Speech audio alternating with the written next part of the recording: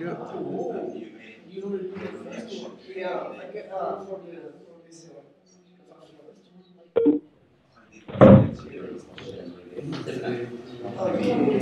Are you speaking about the way?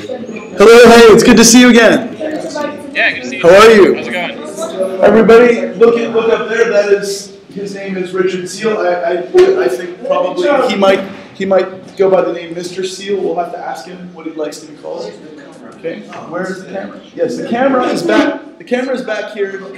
He's there. I think he's probably enjoying seeing himself as giant. Let's see. Let me turn this up. Okay, are you there? Yes? Yeah, I'm here. Okay, great. Everybody say hi. Hi, Richard. Okay. How are you doing? Good. I've got about 10 minutes or so I could talk to you. So you had some questions about hurricanes?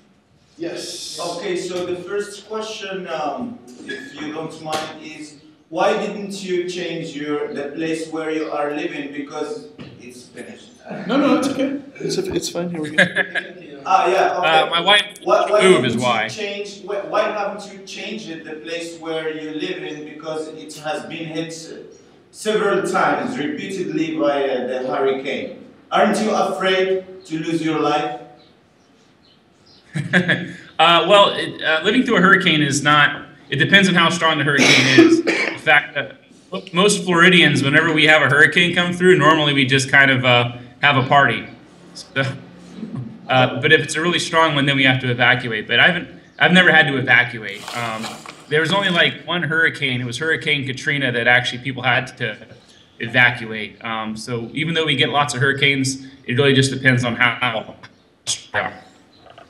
Okay, so you guys are prepared for those kinds of hurricane. It seems that they don't get anything from you. Your life is happy. Yeah, pretty much.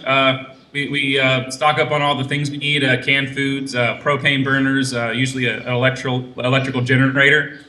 We know how to prepare for hurricanes pretty well. As far as people losing lives, I mean, the last one I think people lost a lot of lives is Hurricane Katrina. And it actually was when it hit Louisiana, because New Orleans, the city in Louisiana, is actually below sea level. So their city flooded, and a lot of people died because of that. Yeah. Okay. Go ahead. Okay. No, I'm sorry. I'm done. Do you have one more question for him? No. All right. Yes, please. Richard, how was your the reaction of your state? I guess to not provoke this hurricane. The reaction from the state? Yeah. Depending on how bad the hurricane season is, it can be pretty slow. I mean, normally what happens is, I know I've been through Central Florida where a lot of the trees snapped in half, and a lot of the houses were blown over, a lot of flooding and stuff like that. They're pretty quick to move in. I think for a really bad hurricane season, maybe 2 to 3 years to get back together, get everything back where it was. I think that's about the time it took, about 2 to 3 years for it to be back to normal. And did you guys depend on donations to re-establish things which have been damaged, or just you depend on the government to do everything for you? Well, a lot of people do usually send in donations. The biggest thing, I think, is clean drinking water. But I know that we have the Federal Emergency Management Association, which they kind of haven't been that great in the past, especially when Hurricane Katrina hit. But they usually do a pretty good job of coming in and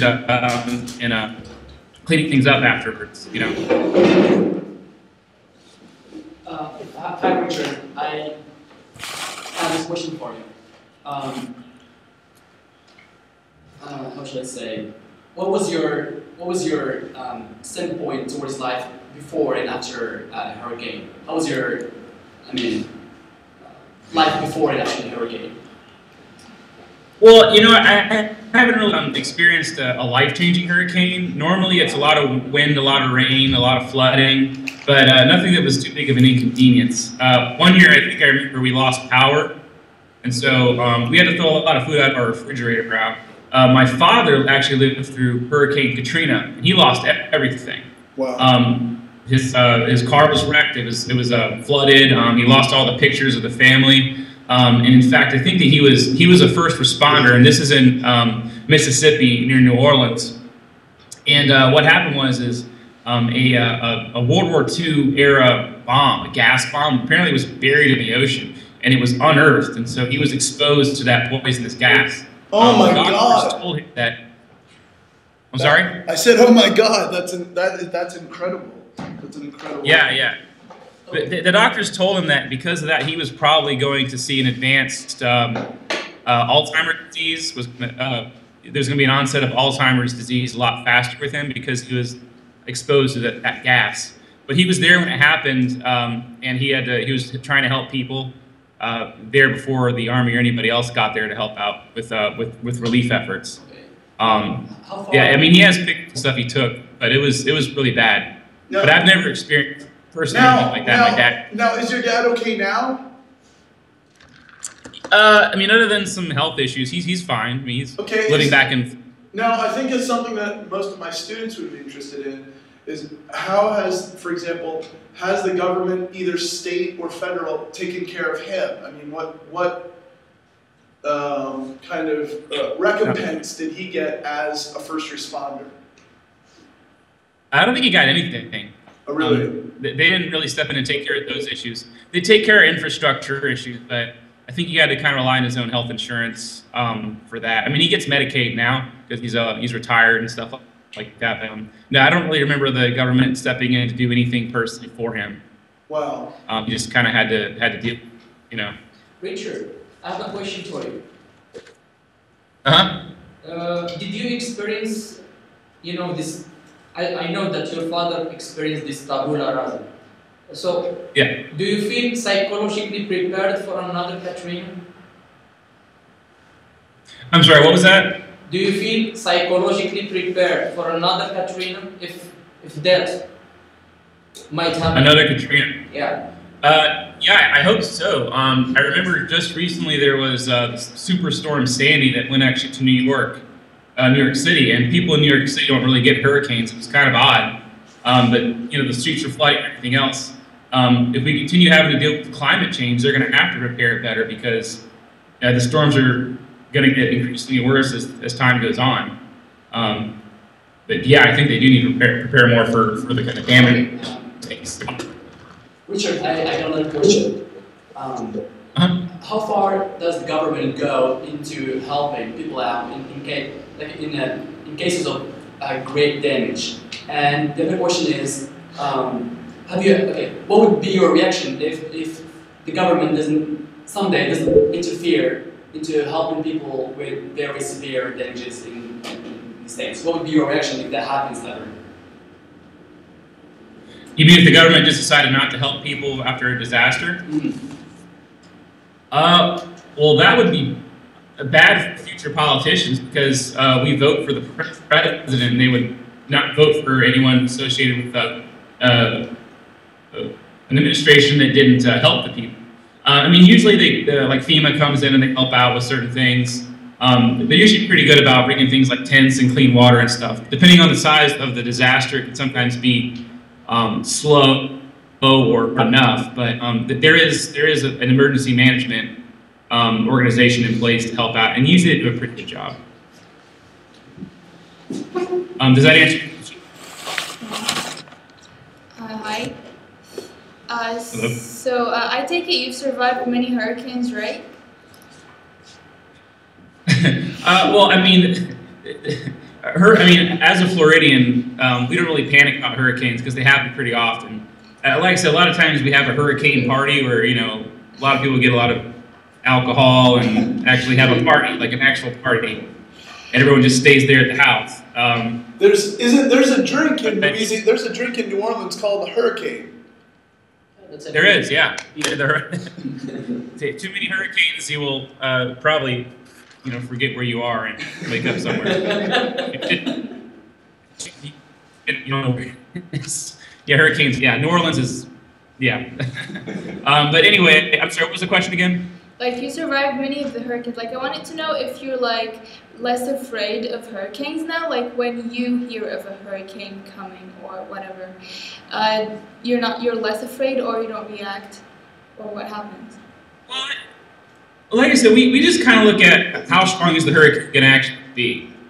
I forget the rating system, but it's like a category 3 or 4 hurricane. Then you should start getting worried. A category 5 is, I think that was Hurricane Katrina strength. But most of the time it's about a 1 or a 2, potentially a 3, and we don't really panic much about that.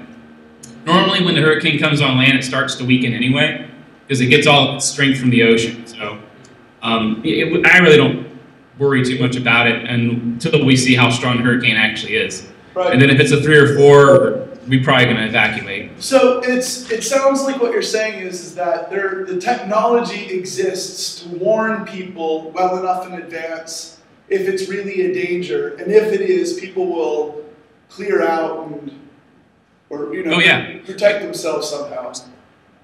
Well, I can actually tell you, during when I was in college, I actually worked at a TV station, a local news station, and we had our weather guy. We had a really bad hurricane season that year, and I was just a production assistant. So we had to stay overnight. We were interrupting the television all throughout the night to warn people about tornadoes that were happening and flooding, and so we were on all night long during the hurricane to warn people. So there is the technologies in place. I think the problem is though is that if the power lines go down and people don't have if they don't have power for the televisions, right, then they won't have any, unless they have battery-powered radios. Right. Which most of the time that's why I was saying if you're warned and not well enough in advance. Like I remember the warnings for Katrina really did come. They did come quite early. There wasn't any question that it was coming. I used to live in New Orleans, and I don't remember, like, every year people would kind of get on the highway and kind of trek up to Baton Rouge or even further just to avoid problems.